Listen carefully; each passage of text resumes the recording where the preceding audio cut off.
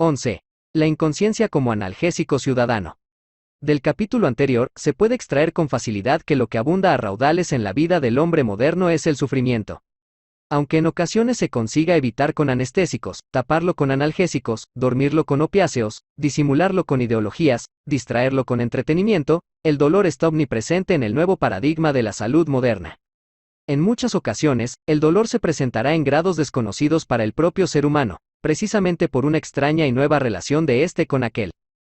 Por lo tanto, y esto es importante, lo novedoso en el mundo moderno no sería el dolor, viejo como el mundo, sin duda, sino la relación, graduación, interpretación y función de dicho dolor. El dolor en sí mismo no resulta nuevo. De hecho, se tiene constancia, a través de numerosas fuentes tradicionales, del lugar capital que el dolor tenía en la especulación intelectual de seres humanos de distintas y antiguas tradiciones. ¿Por qué el dolor? Quizá la expresión más explícita y clara de esta humana pregunta la plantea el budismo. Por supuesto, este budismo no tiene nada que ver con los neoespiritualismos y sectas modernas que pueden adoptar formas y términos que llevan a engaño. Siddhartha Gautama, el Buda, llamémosle histórico, comienza su labor a partir de la primera, noble verdad, a saber, la universalidad del sufrimiento. Sarvam Dukam, traducido, todo es dolor, repite incansablemente el adagio búdico. El Buda expone su doctrina, no como una vía de unión mística, ni como una expresión teológica, ni como un consuelo sentimental. El camino medio, Madhya, Marga, planteado por Sakyamuni se enseña, expresamente como un medio para erradicar el dolor. Ahora bien, este dolor no solo es el dolor del que pretende huir, sin éxito un heroinómano o un eutanasista. Si se busca erradicar el dolor, se buscarán las raíces de ese dolor, y es ahí donde comienza la especulación búdica. El dolor está enraizado en la misma condición existencial del ser humano. Al contrario de lo que pudiera parecer, esta noble verdad no conduce a la desesperación, pero tampoco a un cómodo consuelo. Conduce a otra verdad. Si existe una dimensión existencial con sufrimiento, necesariamente existe otra dimensión existencial desligada de esa condición. Los budistas que, es importante dejarlo claro, no existen en las sociedades modernas, aunque hay algunos que así se hagan llamar, se refieren a esa dimensión existencial como nirvana. Posteriormente, la genial dialéctica del Mahayana búdico reducirá las nobles verdades, el nirvana, y hasta el mismo Buda, a una paradoja que no es posible exponer aquí, ni tan siquiera mínimamente, el concepto de sonía búdico. Se resume así, de manera muy somera, una vía tradicional que partió de la premisa real y la noble verdad del dolor. No obstante, aun pretendiendo ir a la raíz del problema, la expresión tradicional búdica del sufrimiento universal suena insuficiente e incompleta en oídos del ser humano contemporáneo. No quisiéramos parecer irreverentes con el Buda, pues no lo somos. El mundo moderno es muy diferente del mundo que vivió y sufrió el príncipe Gautama. Sakyamuni vio el dolor, pero no vio la existencia de clubes de swingers sadomasoquistas. Sakyamuni vio el sufrimiento, pero no vio redes organizadas de pederastia y pornografía infantil en su entorno. Sakyamuni vio la miseria, pero no vio Auschwitz, no vio Hiroshima, no vio la retransmisión televisiva de Abu Ghraib. Sakyamuni se encontró, en su salida de palacio, con ancianos decrépitos y enfermos, pero no se encontró con un cocainómano exaltado, ni con un testigo de Jehová, ni con un casco azul de la ONU. Sakyamuni renunció a su mujer y a su hijo para encaminarse al nirvana, pero Yasodhara no tenía los pechos de silicona ni tomaba Prozac, y Raula no había sido vacunado, ni educado con películas de Disney. Sakyamuni vivió que todo era dolor, pero no sobrevivió en la postergación ulterior de este yuga, en el mundo moderno, en el novus ordo seclorum. Que no se nos malinterprete, y al hablar de cualquier expresión tradicional solo podemos hacerlo desde la humildad y el respeto. La misma doctrina búdica fue explícitamente una adaptación de la tradición primordial, en sánscrito, sanatana, dharma, a un contexto particular insertado en el tiempo y el espacio. El contexto actual es otro. El tiempo difiere, el espacio difiere, y ambos lo hacen sustancialmente. La noble verdad búdica del dolor universal supone ser una bella y válida expresión de la dimensión existencial del sufrimiento bajo parámetros regulares y normales. En el actual mundo moderno, nada es regular, y todo es anormal. Incluso el dolor tiene una función utilitarista, incluso el dolor se busca, se impone, se vende, se compra, y se invierte.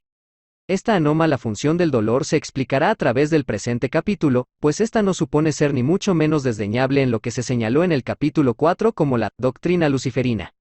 Este será el objeto que aquí nos ocupa, la función del dolor en el novus ordo seclorum.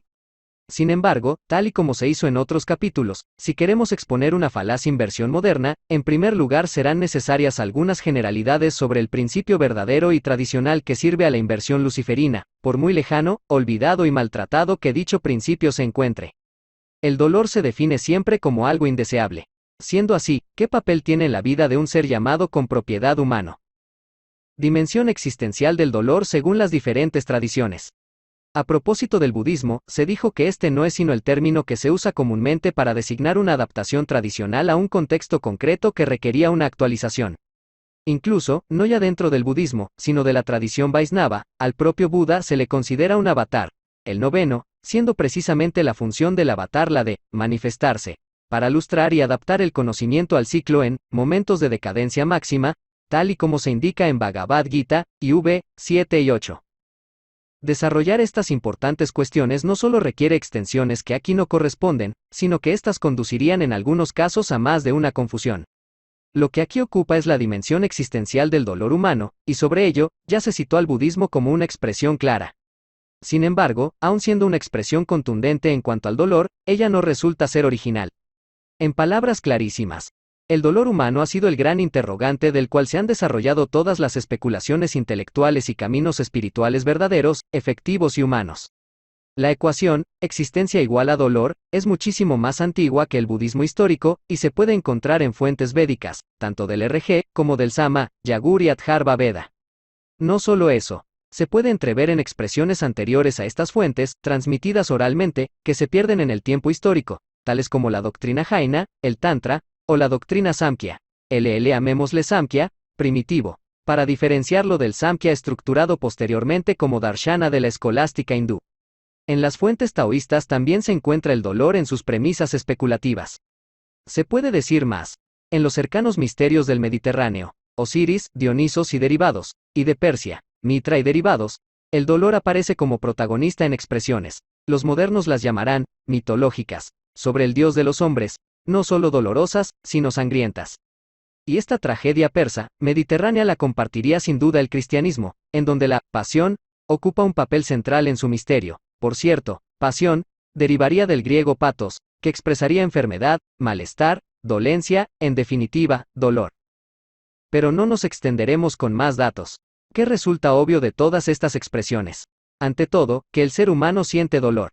A continuación, se comprueba que ese dolor resulta indeseable, horripilante, terrible. Pero, al mismo tiempo inevitable en la medida en la que está unido ontológicamente a la propia existencia.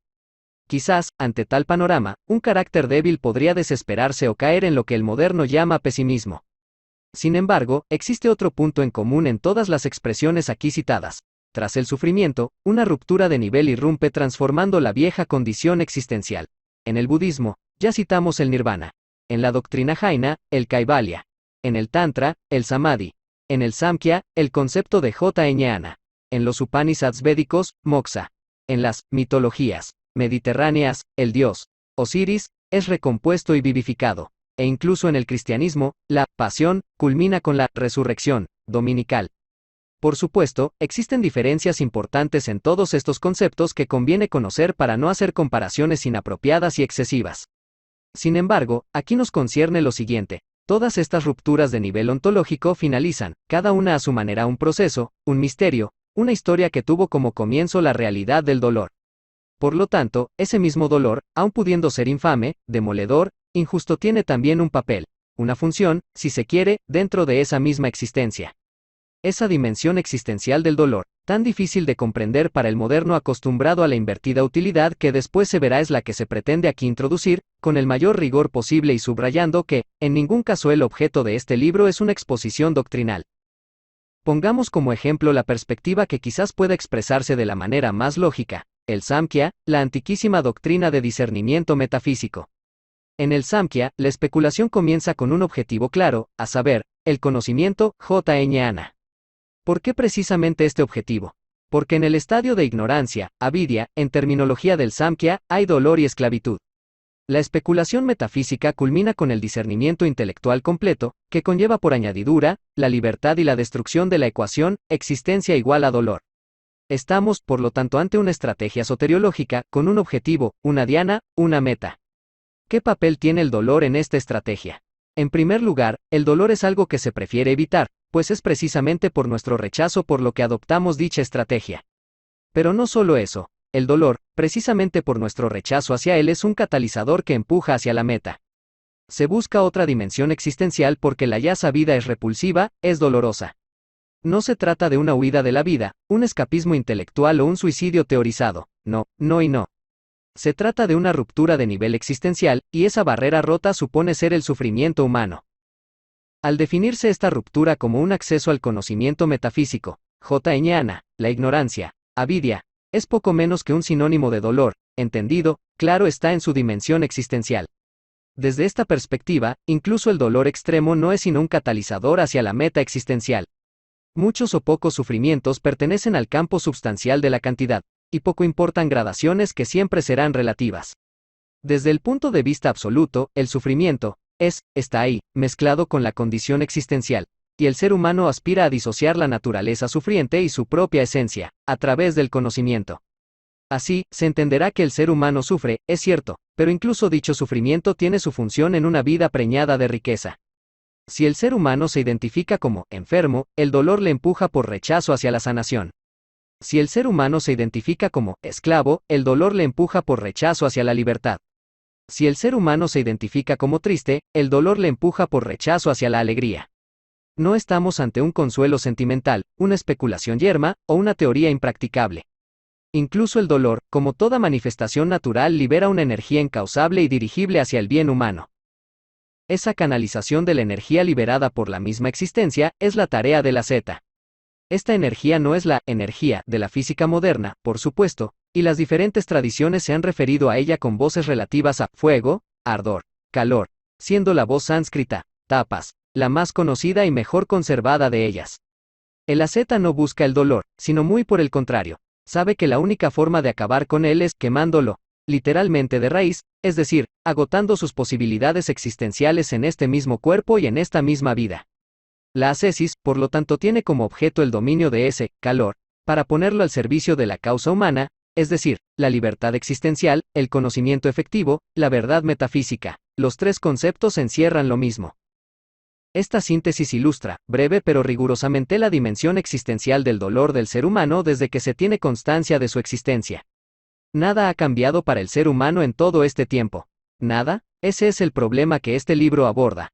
El Novus Ordo Seclorum da a luz a una criatura que nombra como nuevo hombre.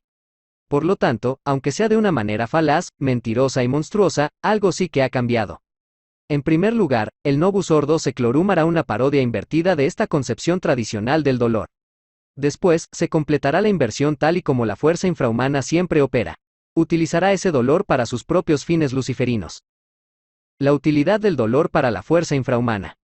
El dolor, tal y como se presentó en el apartado anterior, no puede ser deseable por un ser humano. De hecho, el dolor es lo indeseable, por excelencia, el enemigo existencial a reducir, someter, e incluso aniquilar. Un ser humano que entiende esto, jamás buscará ni su dolor, ni el dolor de un ser semejante. No hay ninguna dimensión moral en esto, sino pura intelectualidad. No se puede desear lo indeseable para un ser, independientemente si este ser es uno mismo, el otro, o un colectivo. Desear lo indeseable es una imposibilidad, una pretensión satánica, un síntoma esquizofrénico. Solo en el contexto moderno, esta enferma expresión tiene cabida, y solo en el Novus Ordo Seclorum, esta esquizofrenia se alzará como doctrina, como ideología, incluso como filosofía. La crueldad es antigua, sin duda, la vileza es antigua, sin duda, la perfidia es antigua, sin duda, sin embargo, para que todo esto llegue a cotas límite, y se alce como una expresión explícita con apariencia intelectual, es necesario el contexto que sirve de fango del que nacen todos los monstruos de la modernidad, la Europa decimonónica. Estamos ante una palabra nueva, el sadismo. El sadismo. Nadie ha dado a este término la nefasta importancia que merece. Según la máxima autoridad de la lengua que manejamos, sadismo es la crueldad refinada, con placer de quien la ejecuta. La palabra está en casi todos los diccionarios de las lenguas europeas, y no sin motivo, el término es netamente europeo. Más aún, no se podrá encontrar el uso de esta palabra antes del siglo XIX, porque es dicho siglo quien la dio a luz. El sadismo es un ismo ideológico moderno, como el comunismo, el sindicalismo, el surrealismo, el nazismo o el ambientalismo. Si la modernidad se permite el lujo de hacer una ideología de la refinada crueldad de un individuo, no es de extrañar que, ante tal exaltación del individualismo más abyecto, se sirvan del nombre de un individuo para nombrarlo, Sade. Donation Alphonse François de Sade fue el hijo único de María Eleanor de Maille de Carman, sanguíneamente emparentada con la casa Borbón. De hecho, María Eleanor tuvo a su hijo en el castillo de los príncipes de Condé, Borbones ellos mismos, y emparentados con los reyes de Francia, por lo tanto, primitos de la actual Casa Real Española. Donation Alphonse creció como un aristócrata europeo más de su época. Recibió una severa educación jesuita, como Weishaupt, recuérdese capítulo 1, y se formó como oficial de la élite del ejército francés, practicando su arte en la Guerra de los 7 Años allá por 1756. Tras licenciarse como un brillante militar, pasa sus días en Lacoste como marqués de Sade, y participa activamente de la vida social de la élite a la que pertenecía, la nobleza europea. ¿Qué tiene de peculiar el marqués de Sade con respecto a sus compañeros aristocráticos de la época? Pues que al marqués le dio por escribir novelas, en las que reflejaba las costumbres de esa misma élite, orgías, perversiones sexuales, secuestros, pederastias. En sus narrativas, Sade describe, como todo escritor de su época, lo que ve en su día a día. Incluso se podría calificar a Sade como un novelista costumbrista. Él mismo protagoniza escándalos de lo más variado, relacionados con prostitutas, orgías sexuales, drogas, intentos de asesinato. Lo que le causan algún que otro problema con la justicia. Sin embargo, Sade seguiría escribiendo sus inéditas obras literarias.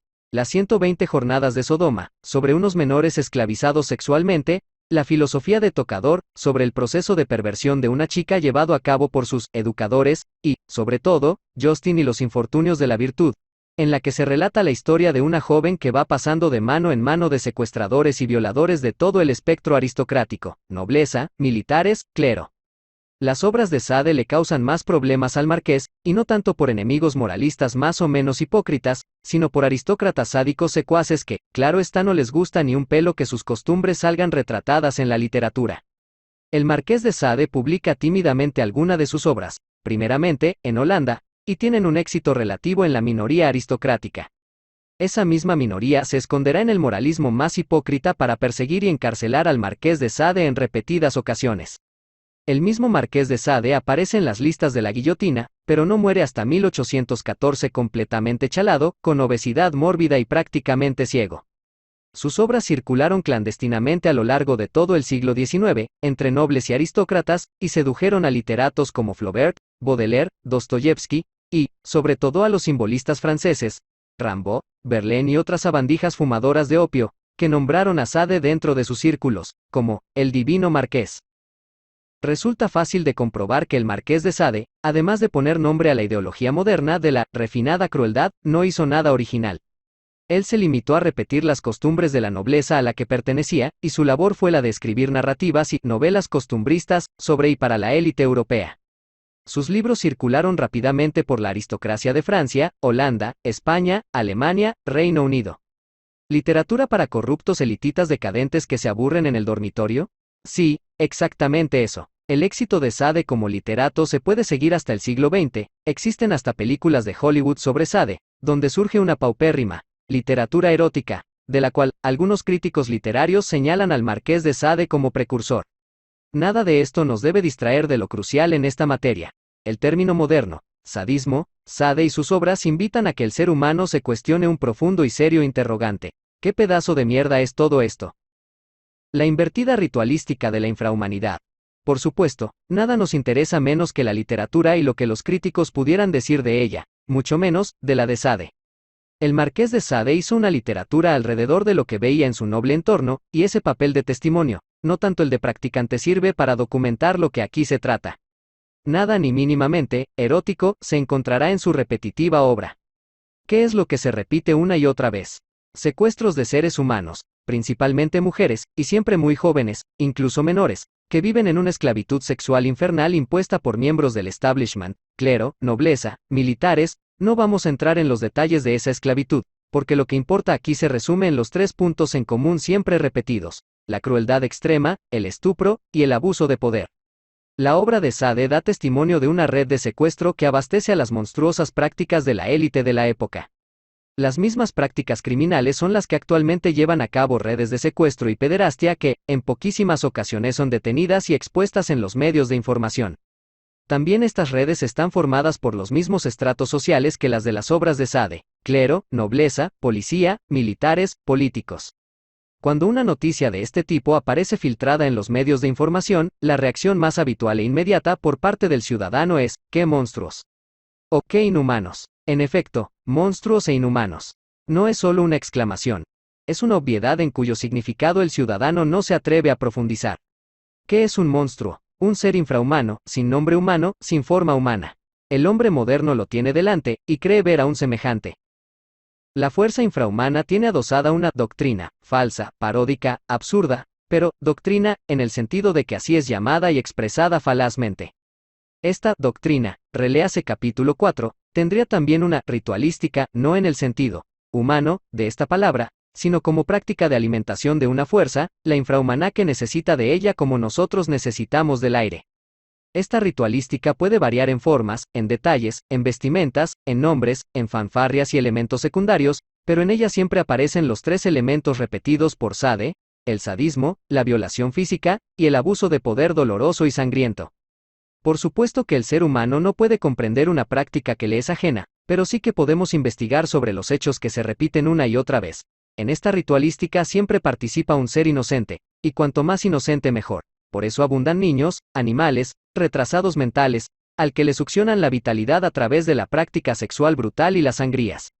Según las investigaciones y entrevistas que hemos llevado a cabo, la infrahumanidad se nutre, a través de estas prácticas, de las emociones más bajas e indeseables del ser humano, tales como el odio, la culpa, la vergüenza y, sobre todo, el miedo. A través de ciertas prácticas sexuales crueles, se establece una frecuencia vibratoria que permite el trasvase de emociones, del humano al monstruo infrahumano, y es por ello por lo que la sexualidad y la crueldad tienen una función importante en esta ritualística. Sirve de enlace entre nosotros y los niveles más bajos de existencia. Lamentamos tener que hablar tan explícitamente sobre estos asuntos, pero no lo haríamos si estos detalles no fueran importantes. Aunque es muy probable que esta ritualística sea muy antigua, se puede constatar que a partir del siglo XIX, ella se hace omnipresente en Europa, Estados Unidos, y todas las élites que dieron cuerpo al Novus Ordo Seclorum. Se pueden leer referencias a las mismas prácticas en Aleister Crowley, Albert Pike, Julius Evola. Se pueden encontrar testimonios de las mismas prácticas rituales en la Alemania nazi, en la Inglaterra de post-guerra, en la Rusia estalinista, en la China maoísta. Se pueden encontrar fuentes que testimonian las mismas prácticas rituales por miembros de grupos de lo más variopinto, como la Iglesia Católica, The Round Table, inglesa, la Sociedad Brill, nazi, los Escuadrones de la Muerte, chilenos. A lo mínimo que se investigue sobre grupos de poder del Gran Imperio Británico, de los Estados Unidos decimonónicos, de la Inglaterra Windsor, de las dictaduras militares sudamericanas, de la China maoísta, de las élites saudíes. Siempre aparece, sin demorar, una referencia a una gentuza sacrificando a un niño, violando a una muchacha o decapitando a un animal. ¿Y actualmente, existen estos rituales?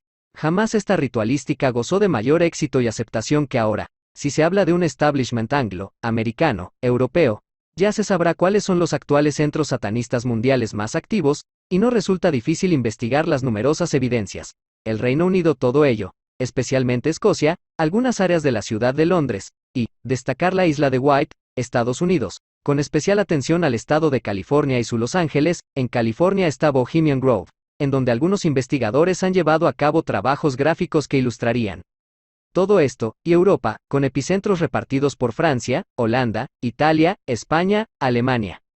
Estando el más potente foco en el mismo centro administrativo de la Unión Europea, Bruselas y alrededores belgas y norte de Francia.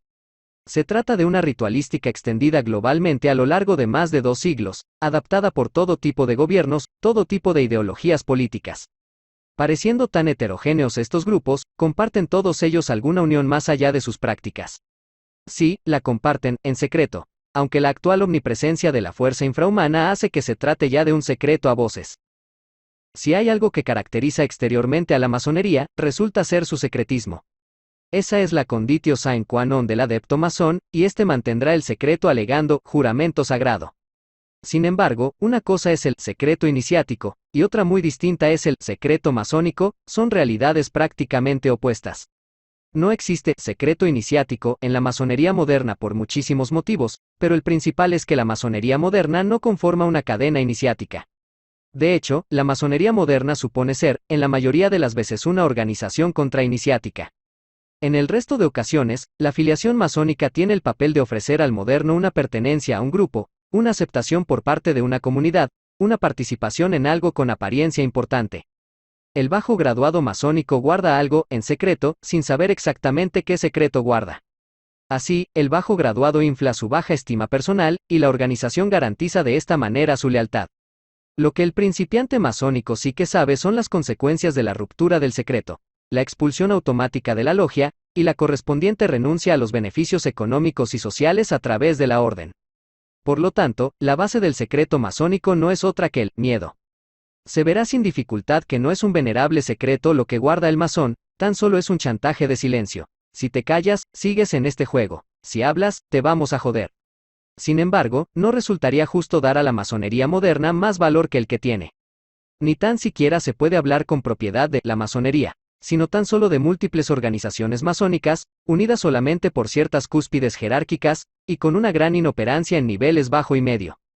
El 99% de los masones actuales no tienen ni la más remota idea en dónde están metidos, y acceden a estas organizaciones para adquirir influencia política o social, para prosperar económicamente, para ser aceptado por su comunidad, etc. Prácticamente ningún masón de grado bajo y medio sabe cuál es el auténtico objeto de su organización, y, mientras tanto en su ignorancia, el masón se entretiene con solemnes reuniones, un lenguaje rimbombante, decoración estrambótica, elementos estrafalarios y una camaradería elitista. El masón guarda así el secreto de no desvelar su integral estupidez individual. Él está en una organización infame por una interesada ambición personal. Esto mismo no es solo propio de la masonería, sino que es el auténtico reclamo de iglesias varias, sectas, neoespiritualismos, partidos políticos, sindicatos, ONGs, clubes, e incluso las mismas corporaciones transnacionales. Esto resulta importante. La estructura y estrategia de las logias masónicas y las corporaciones transnacionales son exactamente las mismas. El adepto masónico está en la logia por ambiciones de prosperidad individual, el trabajador corporativista está en la empresa por ambiciones de prosperidad individual. El adepto masónico tiene un miedo atroz de ser expulsado y perder lo obtenido a través de su filiación, puestos públicos, influencias políticas. El trabajador corporativista tiene un miedo atroz a ser despedido de la empresa y quedarse en el paro, problemas económicos, deudas varias. El adepto masónico va a reuniones que valora como muy importantes, siendo una completa mamarrachada. El trabajador corporativista trabaja arduamente por su empresa sin valorar lo superfluo de su actividad. El adepto masónico ansía subir en una jerarquía graduada en niveles de obediencia. El trabajador corporativista quiere ascender en un organigrama graduado en niveles de obediencia.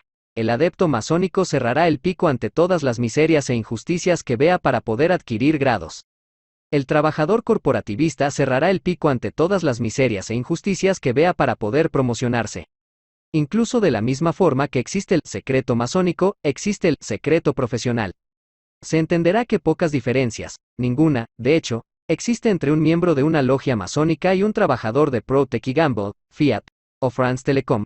Todos participan en una empresa sin saber, ni querer saber, cuál es el objetivo último de su trabajo. Esta coincidencia no es casual. Las corporaciones y las logias masónicas, junto a las iglesias, los neoespiritualismos, los partidos políticos, comparten estructura porque la cumbre jerárquica es la misma. Que da cuerpo, doctrinal, a esa misma cúspide de poder. Un mismo rito, el rito de fuerza infrahumana basado en el miedo y el dolor. Por lo tanto, enunciémoslo bien clarito. El miedo y el dolor como medio de control sobre el ser humano supone ser el alimento de la fuerza infrahumana. Esa alimentación requiere una ritualística. Para los lectores que no puedan, o no quieran, abrir los ojos ante esto, y soliciten ciertos datos, objetivos, científicos, empíricos. La misma infrahumanidad ha desarrollado una variante científica de esta ritualística. En ella, los lectores podrán encontrar nombres propios, fuentes librescas, y trabajos científicos que documenten la obviedad que no consiguen afrontar. Existe un método científico del dolor.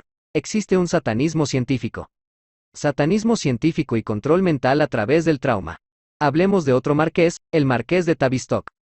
Sade era francés y un tanto histriónico. Tavistock era británico y bastante más discreto. Sade estaba emparentado con la casa Borbón. Tavistock estaba emparentado con la casa Saxe-Coburg.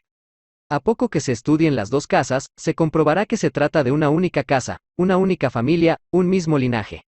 En el capítulo 9 se comentó, a propósito de la educación, que el marqués de Tavistock, duque de Bedford, donó fondos y un edificio en 1921 para la fundación de una clínica psiquiátrica, que después se convertiría en el poderoso Tavistock Institute.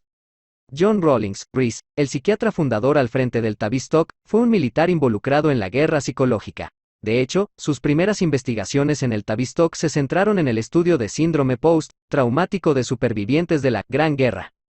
Las investigaciones sobre la conducta y la percepción distorsionada de veteranos de guerra arrojaron unos útiles datos sobre control mental del individuo y del colectivo humano, y estos se aplicaron y se ampliaron a través de la Segunda Guerra Mundial, de la cual el Tavistock Institute saldrá reforzado como el más prestigioso instituto de psicología e investigación comportamental.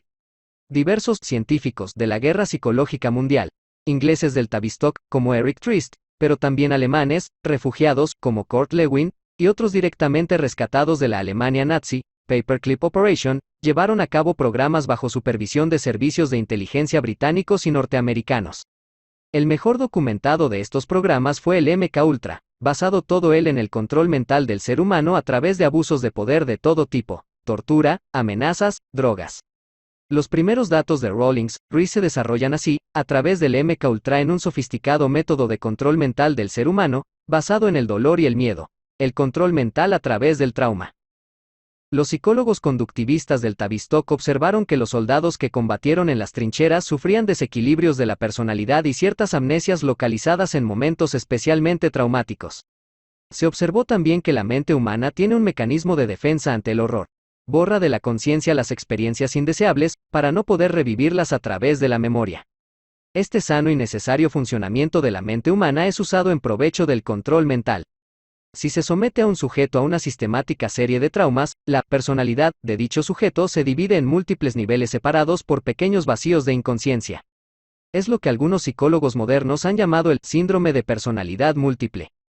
En este estado, el sujeto solo es consciente desde la limitadísima parcela iluminada por la conciencia, y todo el espectro restante quedaría fuera de su control y en manos de quien ha perpetuado la mutilación mental. El desarrollo de este método daría al científico un control mental absoluto sobre el sujeto, que, dicho sea de paso, no es otro que un ser humano. Llevado hasta sus últimas consecuencias, este programa permitiría al manipulador controlar a un ser humano como una marioneta. Mientras a través de su defensa mental amnésica, no sería consciente de nada. Destáquese, ese es el objeto de este capítulo, la utilidad que este método da al dolor.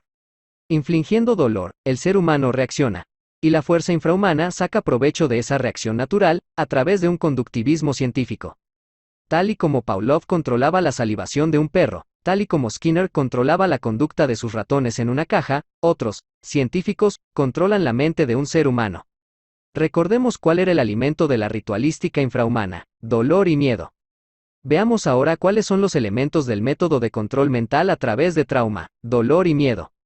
Si el ser humano siente un dolor intenso, la conciencia bloquea el recuerdo, y un natural miedo a dicho dolor aparece como escudo de defensa.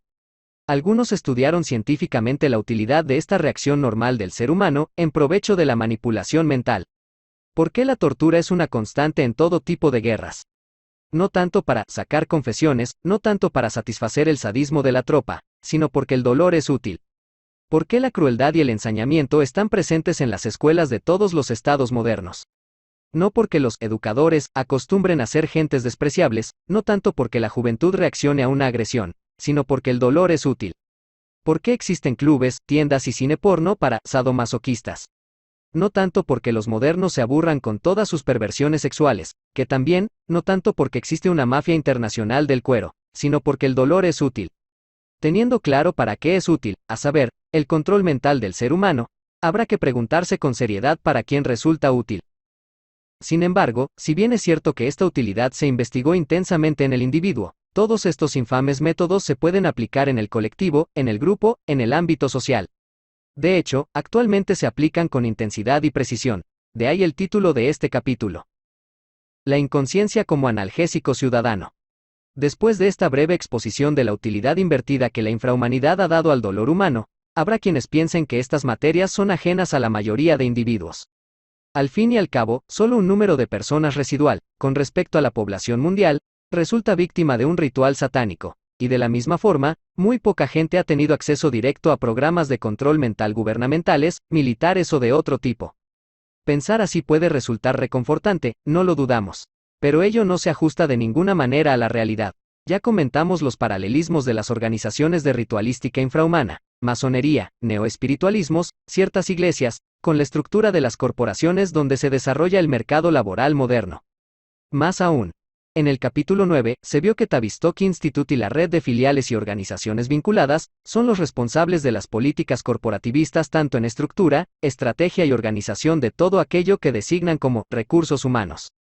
La red que concibió el control mental individual a través del dolor, resulta ser la línea de psicología moderna que ha desarrollado elementos que el lector podrá encontrar en cualquier corporación: procesos de selección, estructura de reuniones, estrategias de mejora del ambiente laboral, administración de recursos humanos, entrenamientos, programas de motivación, incentivos.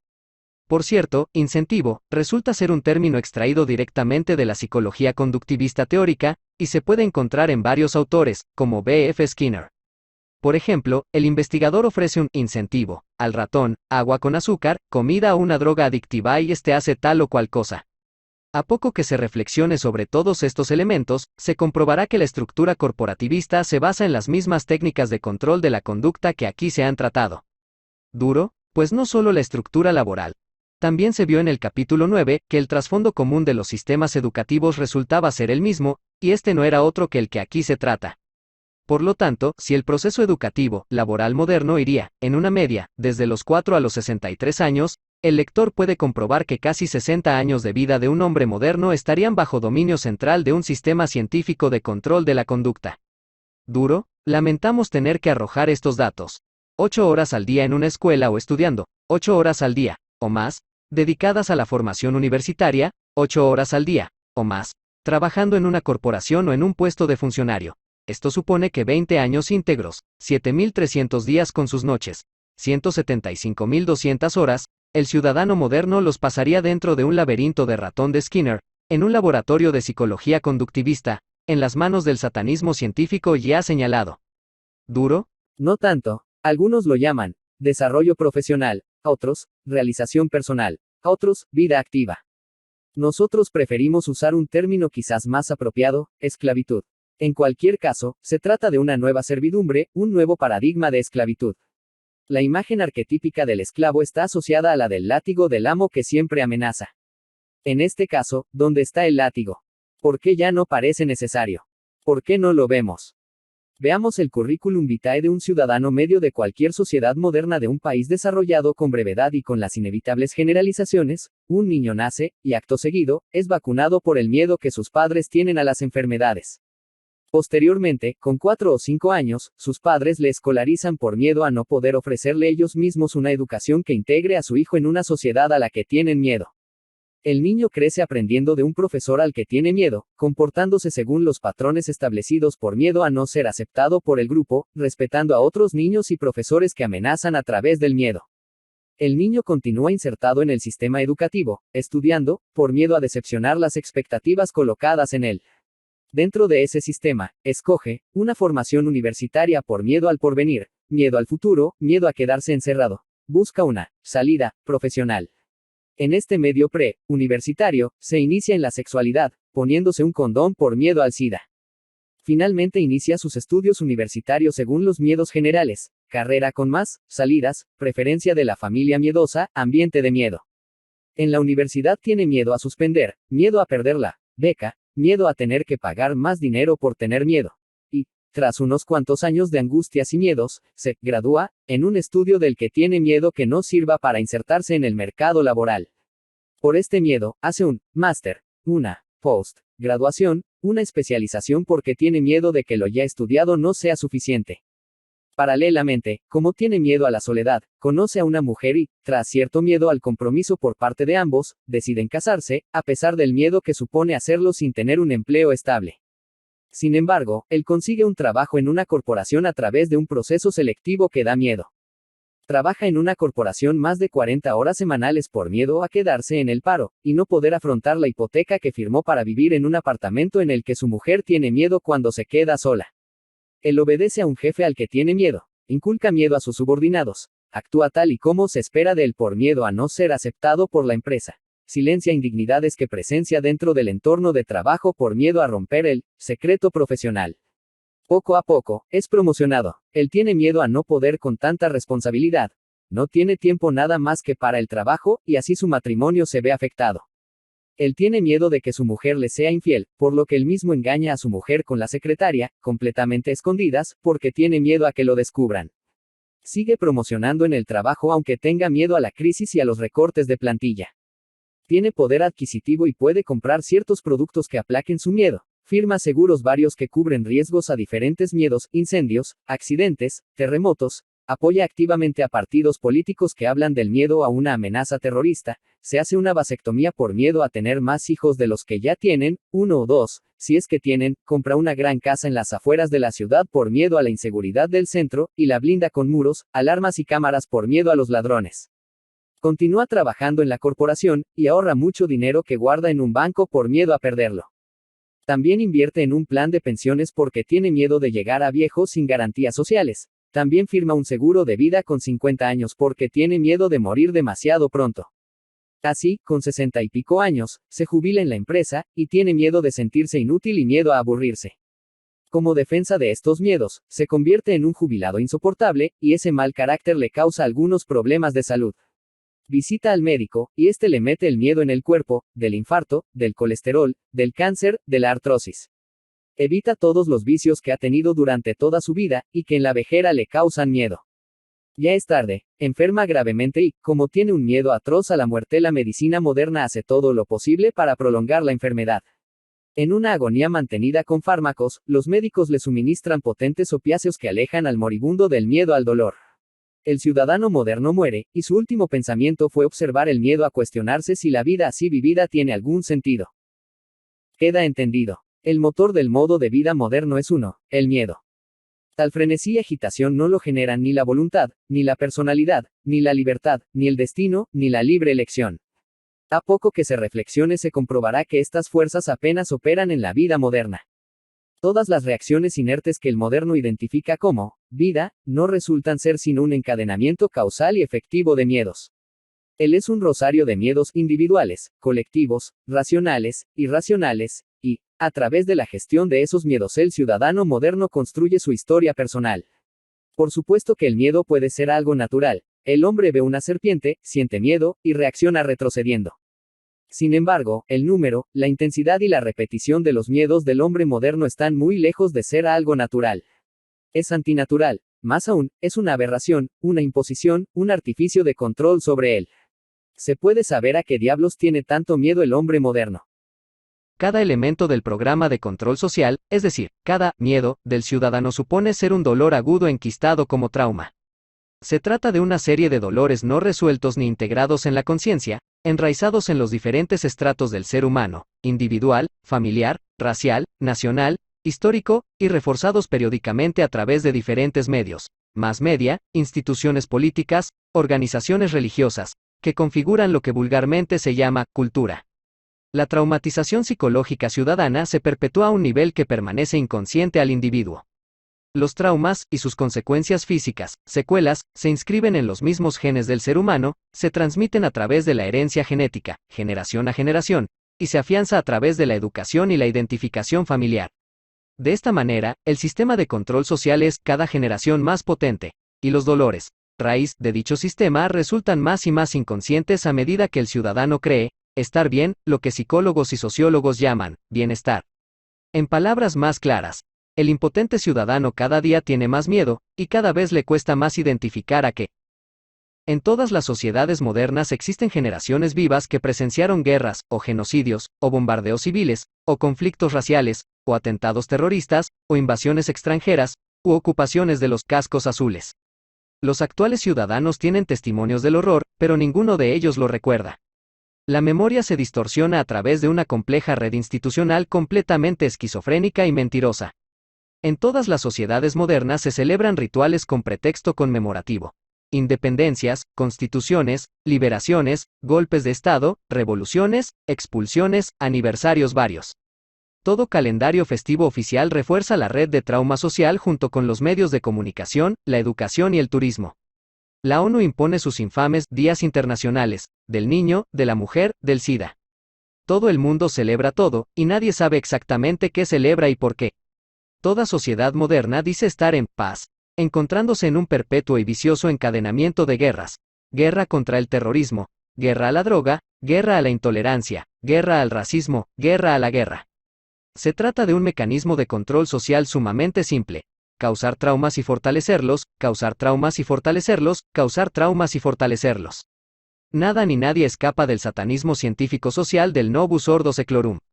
El individuo cede, la familia cede, el ser humano cede. El control ciudadano se hace total. En este sometimiento premeditado del ser humano como ente social, el dolor, de nuevo, es el protagonista. El ciudadano moderno se encuentra tan atenazado por el dolor, que la única fuerza interna que le resta la usa para pedir que éste cese a cualquier precio. La maquinaria infrahumana de control social se aprovecha de esto. Ella coloca una situación más o menos insoportable, tan insoportable, que el ciudadano implora al exterior una solución. La maquinaria de control social impone dicha solución a cambio de más sometimiento por parte del ciudadano. El torturador se convierte así en el salvador. Quien causa dolor y disfruta con ello, recibe el respeto, el agradecimiento incluso el amor de aquellos que sufren. Comenzamos a entender la auténtica dimensión de la palabra sadomasoquismo. A través de este enfermizo mecanismo, la filantropía la encarnan los enemigos de los hombres, la ayuda humanitaria la reparte la fuerza inhumana, y la paz es impuesta por fuerzas bélicas armadas hasta los dientes. Esto resulta actual y cualquier lector lo puede comprobar echando un vistazo al mass media. Las fuerzas pacificadoras entraron en el país en misión de paz. Se verá que estos pacificadores van en tanques, portan ametralladoras, y tienen una actitud muy parecida a la de un ejército de toda la vida. El 0.7% del presupuesto del Estado va dirigido a ayuda humanitaria, y el 30% de ese mismo presupuesto va dirigido a la industria bélica, el 20% al tráfico de drogas, el 10% a las farmacéuticas. David Rockefeller es un gran filántropo que participa en David, ¿qué más? ¿No es esa la familia que sufragó la eugenesia durante todo el siglo XX? Sí, pero ahora son filántropos. Así actúa la maquinaria de control mental y social a través del dolor y del miedo. Enloquece al ser humano, y lo empuja hacia una relación con el dolor, que solo puede ser traumática.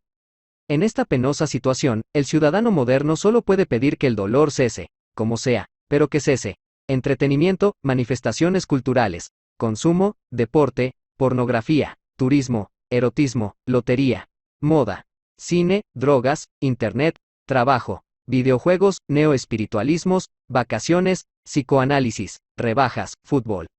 Todo sirve si distrae del dolor, aunque sea solo por un instante. Imaginemos esta situación. Un hombre ha sido torturado salvajemente y está a punto de ser ejecutado. El hombre se incorpora un instante, y le pregunta al verdugo: «Querido amigo, ¿me puedes dar una aspirina para el dolor?». El efecto analgésico. En el capítulo anterior, vimos cómo las compañías farmacéuticas decimonónicas crecieron al comercializar drogas de síntesis, y muy especialmente analgésicos. Se comentó sobre Bayer y sus acetofenidina y ácido acetilsalicílico. También vimos que estas mismas corporaciones participaron activísimamente, por ejemplo, Bayer como IG Farben, en la mayor máquina de causar dolor que se ha concebido, la guerra. Un analgésico es una droga que tiene como activo algo que calma el dolor. Una guerra es el lugar donde más abunda el dolor y, por lo tanto, el lugar donde mejor se venden los analgésicos. Estas cuestiones ya fueron tratadas en dicho capítulo. Lo que aquí interesa es el efecto analgésico, y sus aplicaciones no solo en el dominio individual, sino colectivo y social.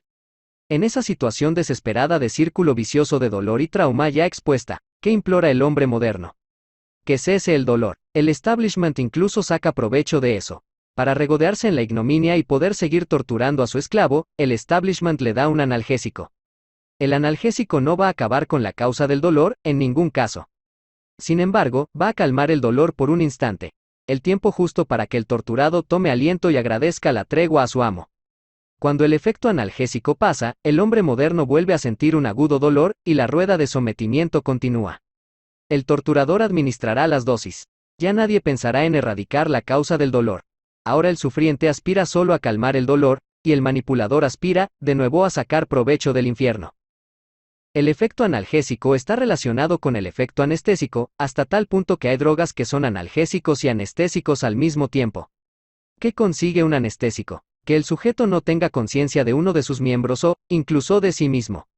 Así, cuando alguien recibe una anestesia local, por ejemplo, en la boca, el sujeto deja de tener conciencia del área anestesiada, tal y como se pueden comprobar en las visitas al dentista. Que se no tenga conciencia de un miembro, no quiere decir que tal miembro no exista. Por ejemplo, si se anestesia el brazo de alguien, y después se fractura malintencionadamente, el brazo estará fracturado, aunque el sujeto no lo sienta, ni fracturado ni íntegro. Cuando el efecto anestésico acaba, el brazo despierta roto con un dolor insoportable. ¿Cómo se aplican todas estas cuestiones al terreno del control social? El establishment traumatiza sistemáticamente al ciudadano. Si el ciudadano siente mucho dolor, este pide algo que calme el dolor, que le distraiga del dolor, que le evite el dolor. Entonces, el establishment ofrece a su esclavo un analgésico, una droga adictiva, una ideología política, una confesión religiosa, lo que sea. El dolor del ciudadano cesa por algún momento, y consecuentemente cesa también la conciencia en algunas parcelas de su realidad. El ciudadano se anestesia, así, para no sentir dolor, sin saber que el miembro anestesiado continúa enfermo y continúa siendo torturado. El proceso de control mental y social a través del trauma culmina por lo tanto con la inconsciencia, que puede ser local o general, dependiendo del proceso en el que se encuentre el ciudadano. En palabras más claras, el ciudadano moderno no solo no sabe la verdad, sino que no siente ni el menor interés por ella. No solo no sabe, sino que no quiere saber de ninguna de las maneras. Él ha sido programado para identificar la conciencia al dolor, la verdad al miedo, la realidad al trauma. Quiere permanecer en ese estadio de ignorancia a través de cualquier cosa que pueda ejercer de analgésico, de anestésico, de medio que le evada de un dolor que ha atenazado su cuerpo en una inconsciencia indigna, infrahumana, infame, pero también muy cómoda. ¿Quién necesita la verdad? Al menos, el hombre moderno no la necesita. Al contrario, él la teme, la repugna, la considera indeseable. Este estado inconsciente resulta muy útil para que la fuerza infrahumana siga con su salvaje intervención quirúrgica. Con el hombre moderno, anestesiado, se puede trabajar mejor para continuar la tarea de hacer del hombre otra cosa, otro ser, un nuevo hombre. Antes de dar nacimiento a esa criatura diseñada específicamente para los intereses del Novus Ordo Seclorum, se hará un trabajo de programación integral llevado a cabo a todos los niveles del individuo. Veamos a continuación algunos medios de construcción de ese nuevo hombre, hijo de un ser humano ya casi inconsciente de su inherente y maravillosa belleza.